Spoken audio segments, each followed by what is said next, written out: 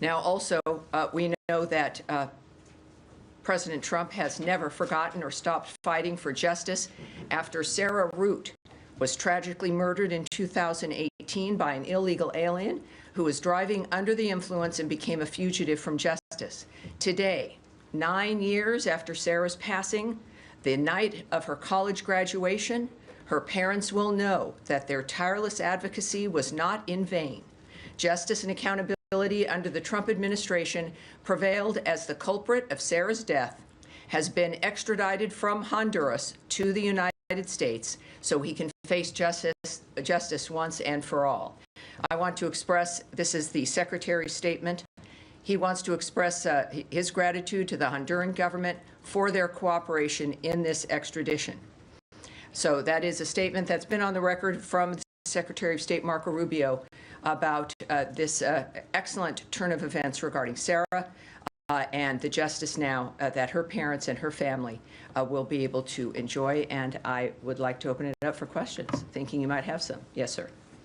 Oh, Matt. I wanted to just make sure he was watching and listening, Matt Lee. I was actually going to say that I don't really have anything to big I psychically could tell because the page in front of you, sir, is blank.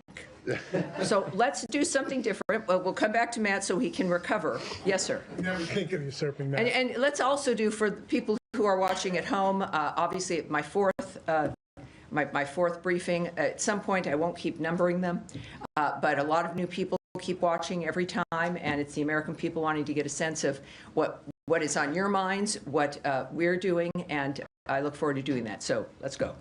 2 questions for you. First off, hope you're doing well. Thank you. Yesterday, the interesting combination of Elizabeth Warren and Joe Wilson sent a letter to Secretaries Rubio and Bessent inquiring about the possible unwinding of broad sanctions on Syria, including investment sanctions, which leads to the question, where does the State Department stand right now on Syria? Is it more the European flavor of kind of opening up the arms a little bit? Is it Israel's view of staying away? It's too dangerous right now. If you can give an overview, it'd be great. I can give you a little bit, certainly. I don't know if a full overview or not, but we are monitoring the Syrian interim authorities' actions in general across a number of issues as we determine and think about the future U.S. policy for Syria. We also continue to call for an inclusive civilian-led government that can ensure national institutions are effective, responsive, and representative. Local ownership and broad societal support is necessary for stability in Syria and the region, as recent deadly violence on the coast demonstrated. Long-term stability and prosperity for the people of Syria requires a government that protects all Syrians equally. Ultimately, the United States wants a Syria that lives in peace with its neighbors, respects human rights, and prohibits terrorists from using its territory as a safe haven. Clear designs there, clear parameters, easy to understand, and we're watching to see how they behave and how they react. Second question for you. U.S.-South Africa relations obviously not good right now after declaring the ambassador persona non grata. A new issue arising now, the South African presidency putting pressure on the Johannesburg City Council not to move forward with an effort to rename the street upon which the U.S. consulate resides in honor of a Palestinian hijacker. That move by the South African presidency, is that as a result of direct pressure from the State Department, or is that being done on their own volition to try to mend fences? Well, we have seen the reporting on the issue, and we don't comment on internal deliberations between really any city and its government, certainly the city of Johannesburg and the government, in this case of South Africa. And perhaps South Africa would refer you to Johannesburg or South Africa for more details. But that's what I have for you. State, did state get involved in any manner on this? That's what I have for you. Okay, thank you. All right, Matt Lee, who's still, he's scrolling. He's scrolling. I'm trying to find something, and I can't find it. Well, welcome to my world. Yes, Nadia. Thank you, Tammy. 2 questions. On Sudan first, the army has took over the presidential palace. Do you see a change on the ground, and what is the U.S. position regarding this development? And second, on Gaza, the Israelis are declaring that they want to annex Gaza, or parts of Gaza at least. Is any new initiative to bring them back to the negotiation table for the ceasefire? Well, first on your first question, the SAF, the Sudanese Armed Forces, they have retaken the presidential palace in Khartoum. The ongoing fighting in Khartoum further underscores the devastating consequences of the conflict for the people of Sudan, and we continue to urge the warring parties to cease hostilities and facilitate the safe, unhindered movement of life-saving humanitarian assistance. So, we're watching that. I think the world should be. Much of it is watching that situation, and that seems to be an important event. But we're watching and we're aware of it. As far as Gaza, look, we're still dealing with the efforts to have a ceasefire, which we had and was courtesy of Hamas, broken because of their lack of action on the parameters of the ceasefire itself. We, of course, stand by our ally Israel, as I mentioned, every day, happily so. So I certainly won't comment on or speculate on other hypotheses of what people think is going or not going to happen. I think the main goal is, humanitarian supplies, the nature of the violence stopping. That is the sole focus of the nature of where we're at this point. I don't know. Can I follow up on it? Follow up. I'll get back to you, Said. Let's keep going here. So today was This is your last chance. Yes, sir. Today was supposed to be the deadline for the visa review that was called for in the executive order. There's some indication that deadline may have actually been extended. Can you shed any light on that? I can tell you that the deadline is now not today.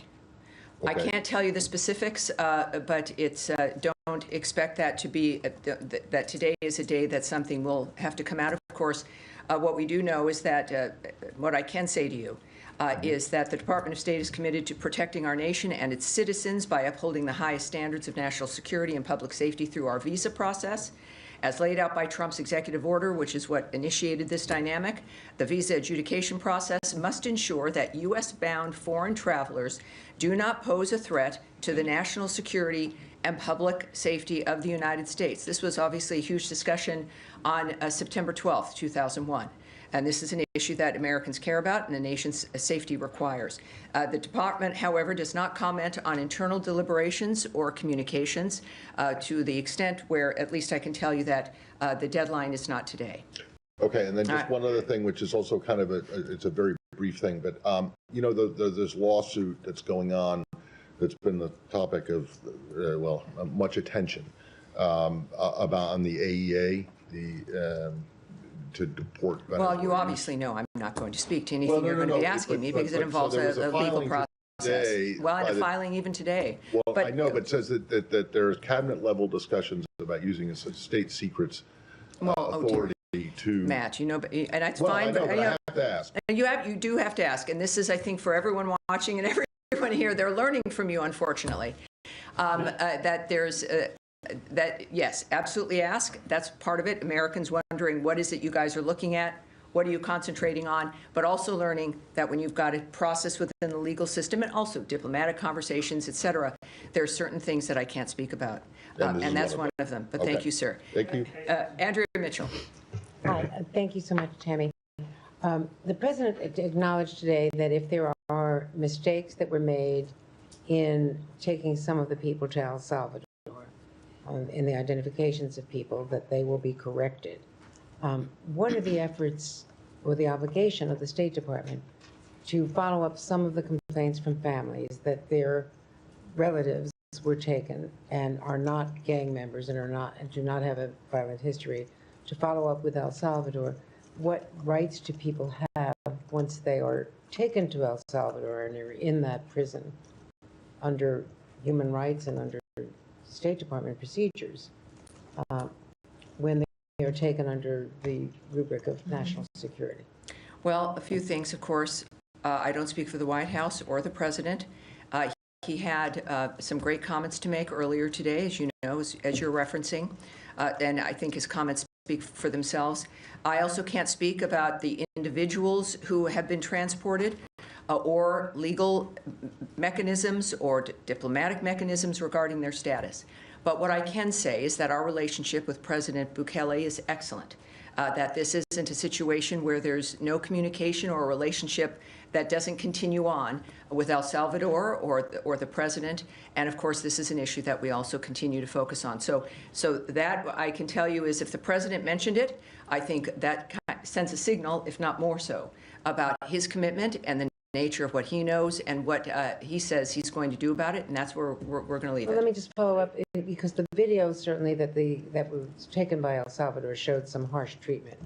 Does the U.S. feel any obligation in terms of human rights or legal authority when people are taken to another country, to a prison, to follow up on what the conditions are in which they're being held? Well, again, that is also DHS. It's not the State Department's purview in that kind of a framework. Even the removing of people from the country is not the State Department's purview. That's a question for the DHS, but it's certainly not something I can even speculate on, or I'm not going to speak on the nature of El Salvador's process and how it handles the nature of the people that they repatriated. Taken under the authority of the Secretary of State.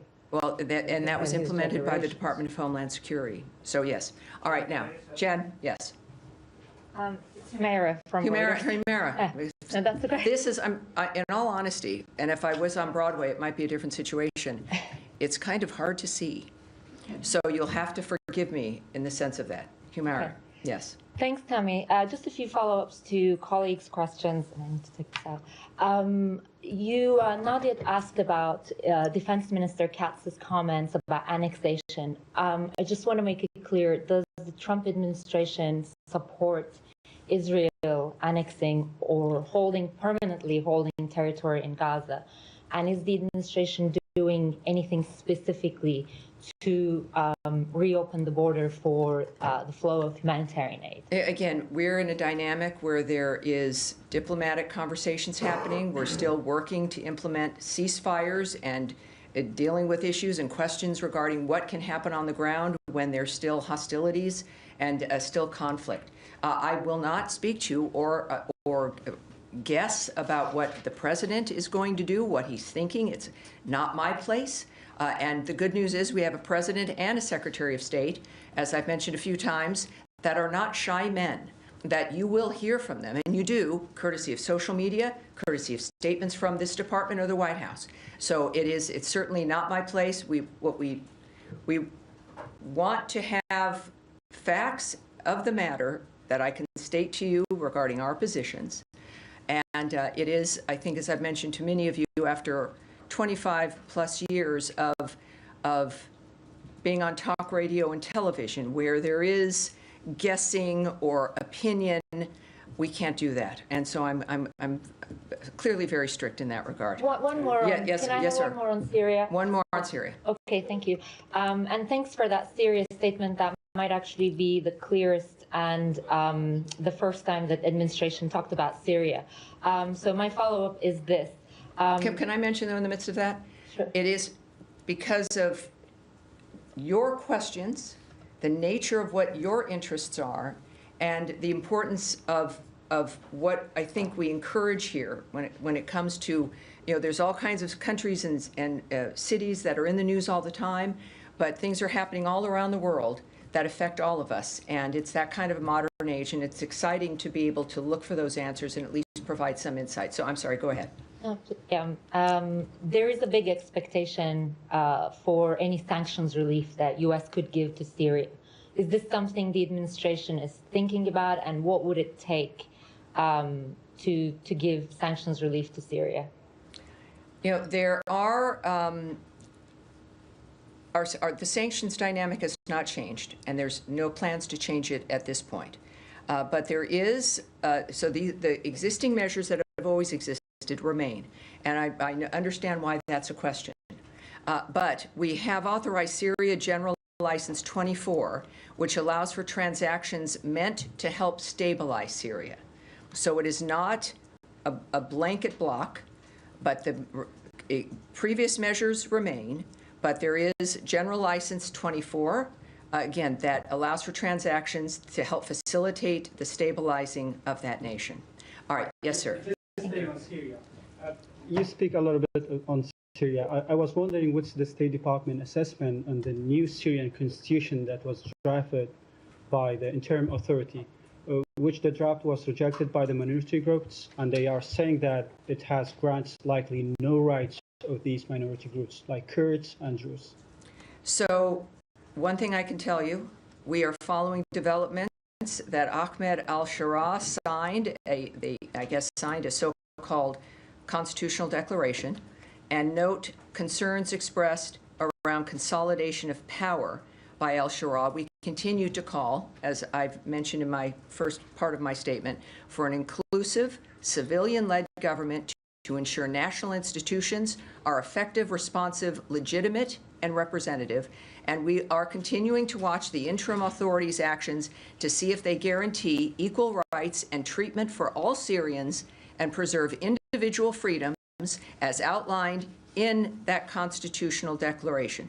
So we continue to watch, and I think that will bear out the nature of what it is we're dealing with. Bottom line, we continue to stand with the people of Syria. And a question on Iran. You spoke about Iran too, and that the policy of this administration is very clear. I'm sorry, I'm not here.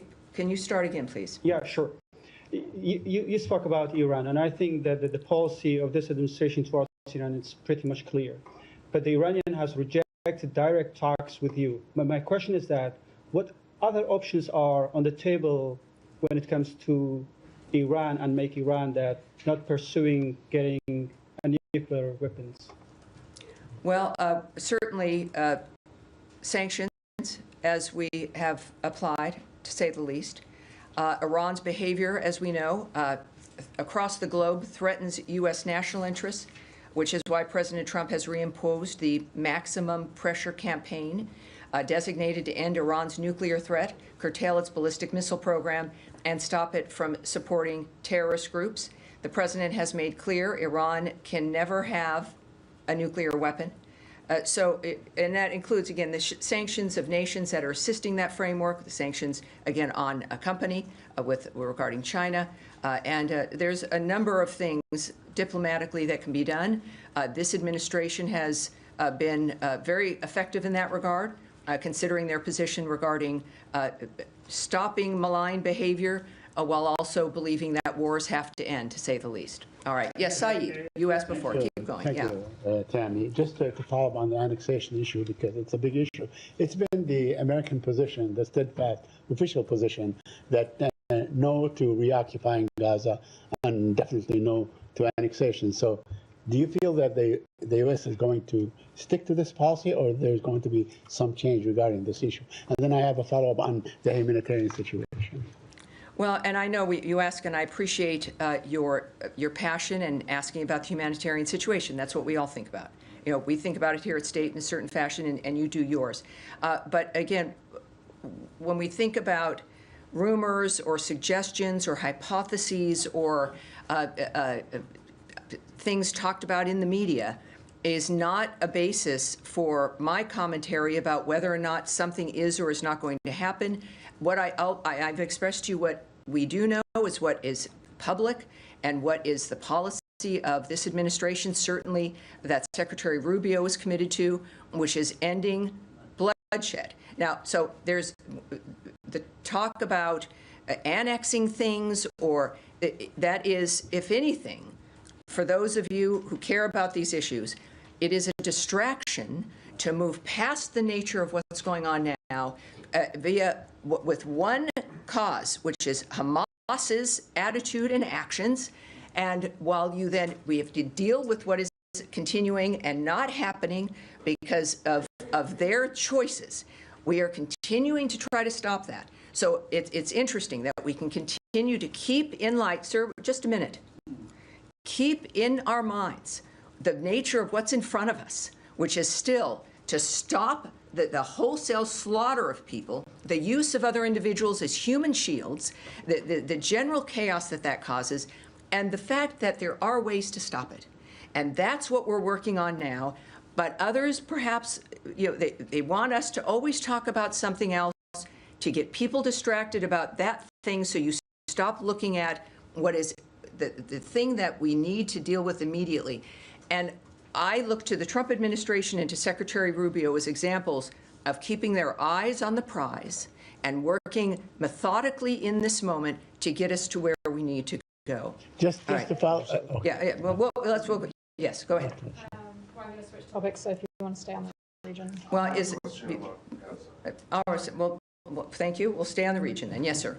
Tammy, you just mentioned that your goal is to stop the war and to let the humanitarian aid get inside Gaza, and this is, I believe, the goal of everyone else. Mm-hmm. But according to the UN, Israel stopped aid from going through the crossing 20 days now, consecutively.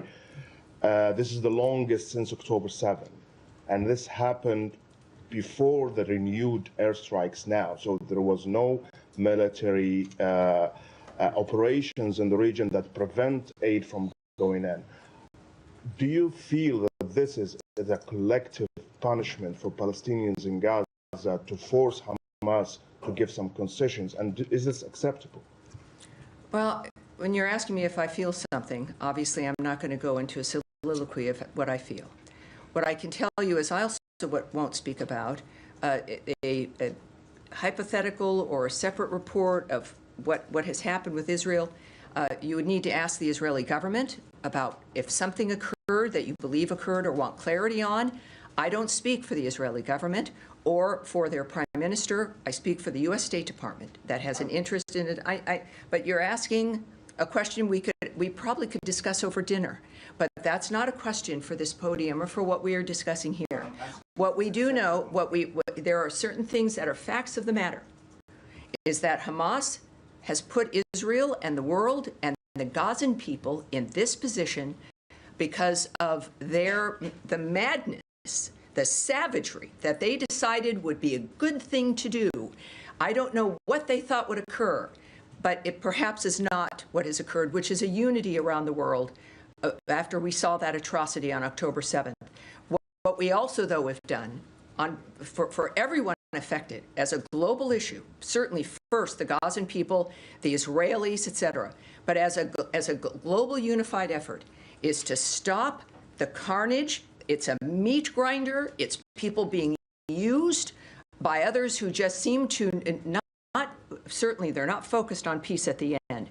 It is Hamas who needs to be asked certain questions about why this continues, because this has been their choice. There's been elements that have been agreed upon, other steps that the world came together to facilitate that the United States was committed to, and they still abandoned it. Idan Alexander, when we talk about hostages who have been released or killers of Americans who've been extradited, there is an American who is still being held. The bodies of the dead being held. That is what is in front of us. This is what needs to be stopped.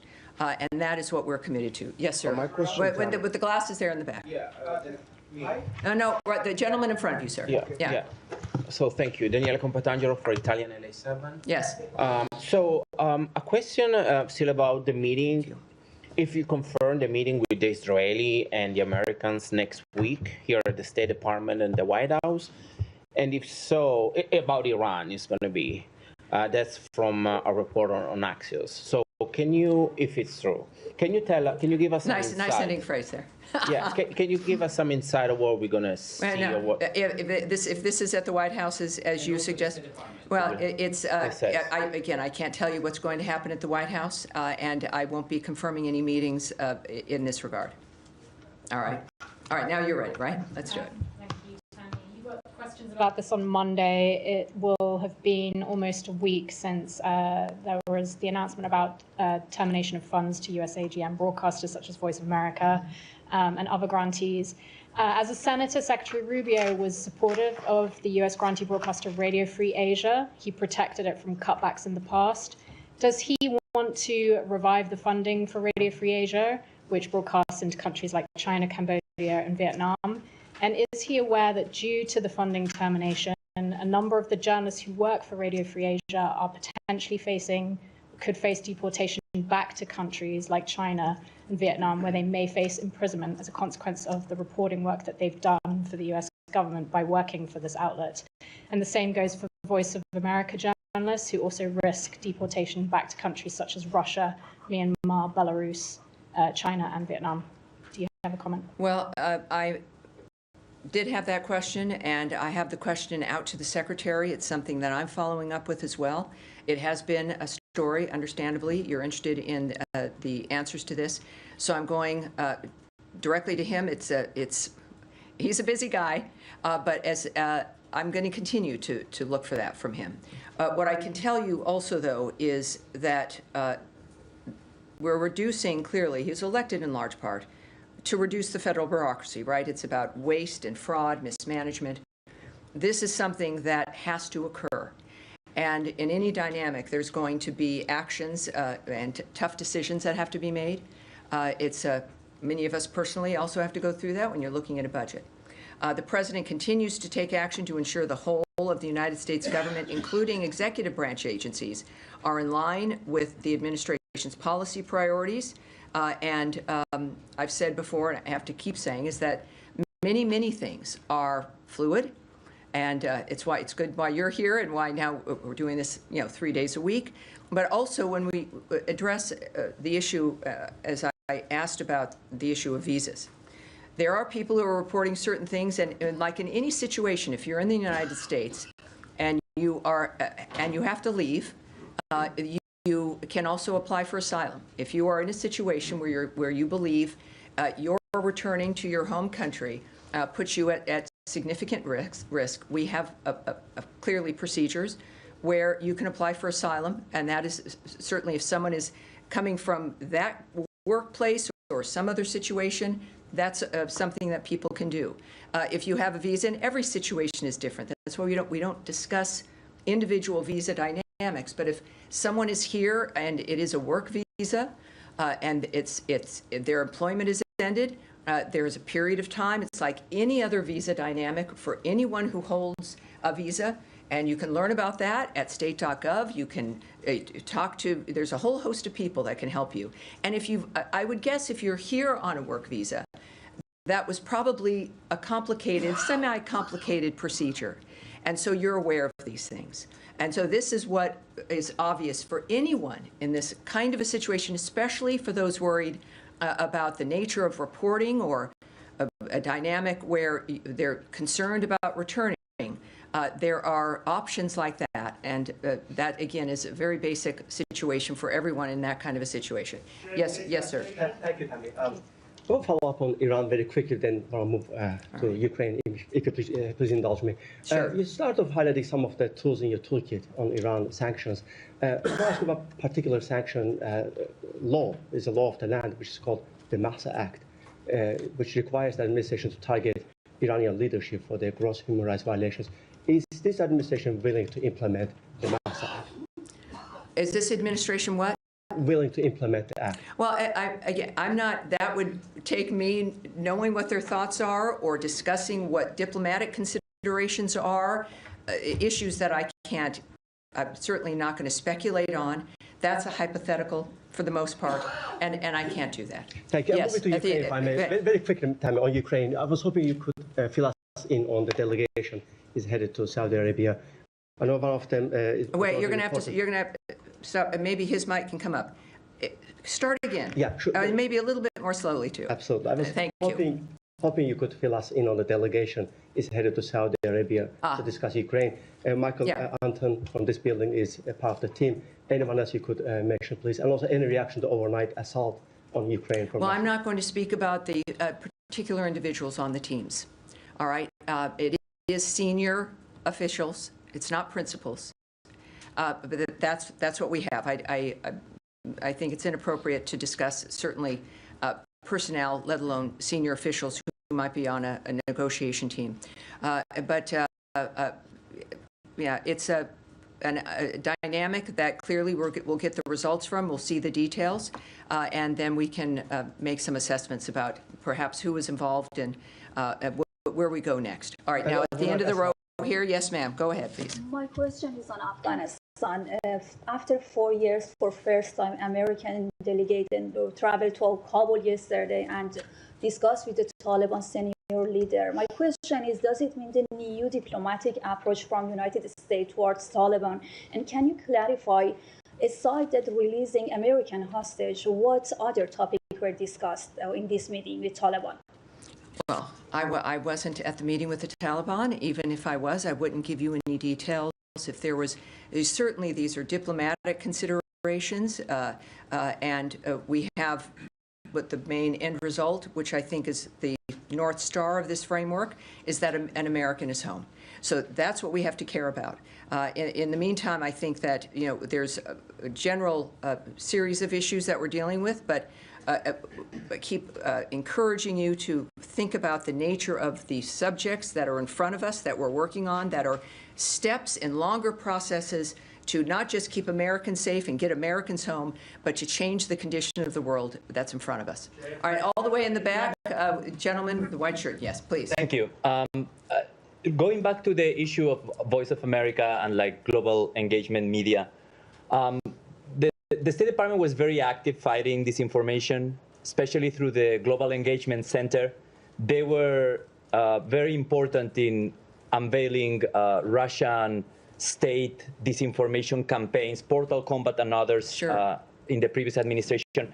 I wanted to ask you if the Global Engagement Center is still active. How concerned are you that RT, Sputnik News, all that Russian disinformation outlets are going to be countered now without American state media to counter their narratives and what they have been doing in the past years?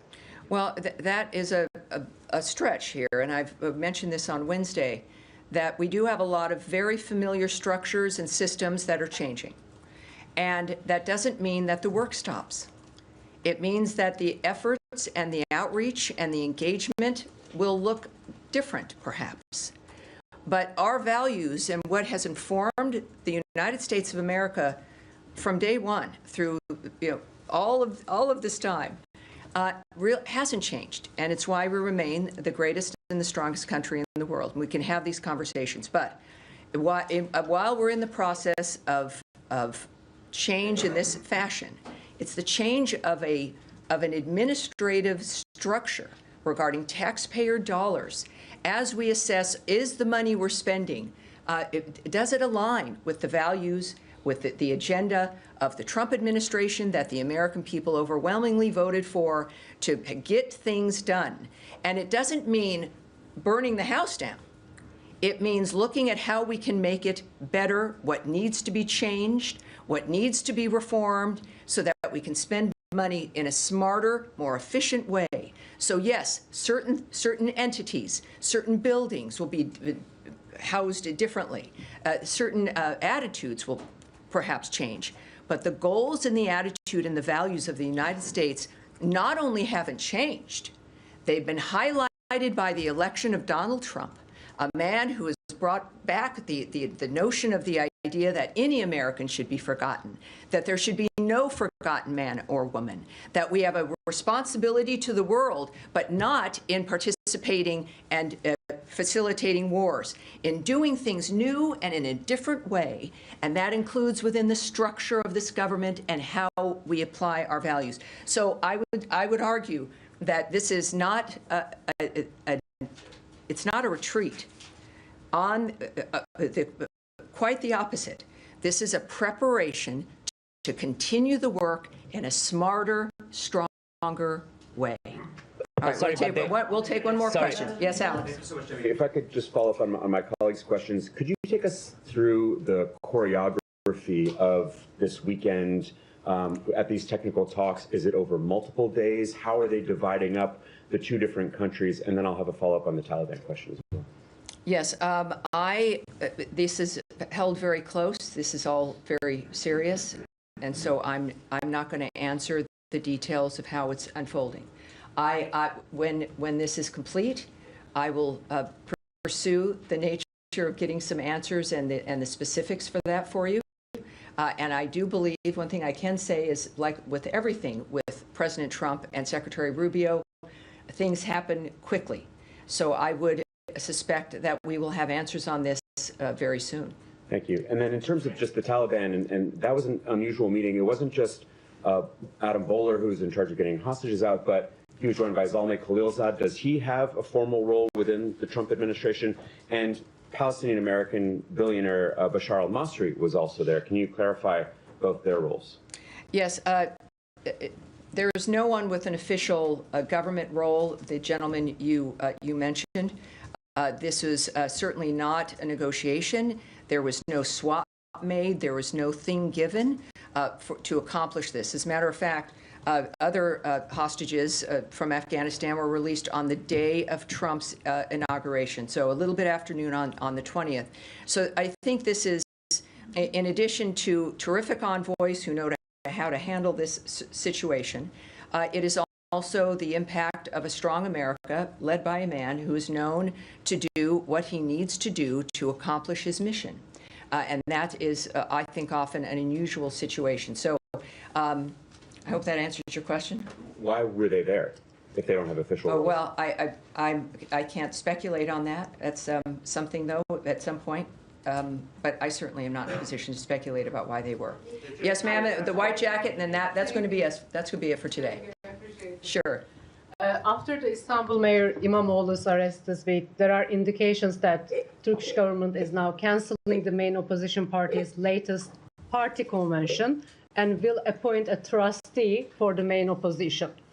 What is the U.S. government's reaction to this? Because there are opinion reports mentioning that this operation came right after President Trump and Erdogan's phone call.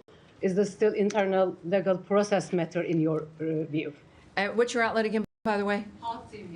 Oh, great, great. Welcome aboard. Well, I can tell you a few things. First, we're following the events in Turkey, as you might imagine, including the reported detention of the Istanbul mayor and a large number of municipal employees, journalists, and other individuals. We would refer you to the government of Turkey for comments on internal judicial matters.